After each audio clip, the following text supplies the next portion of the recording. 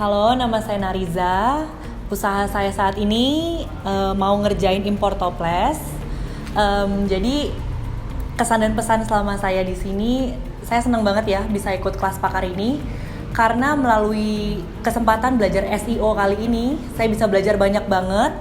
Terutama untuk search engine yang saya nggak pernah ngerti sebelumnya.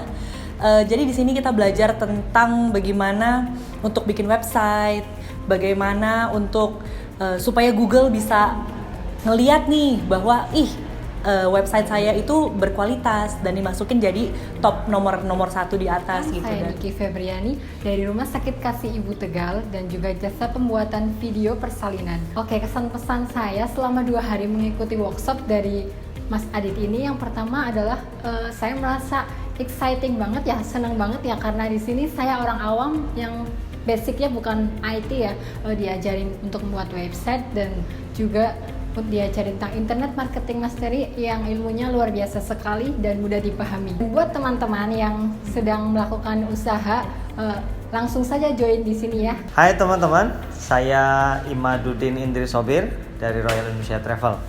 2 hari saya belajar sama Mas Adit mengenai internet marketing mastery.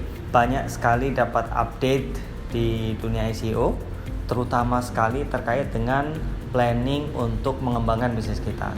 Jadi acara ini saya rekomendasikan buat teman-teman para pelaku usaha bidangnya apapun.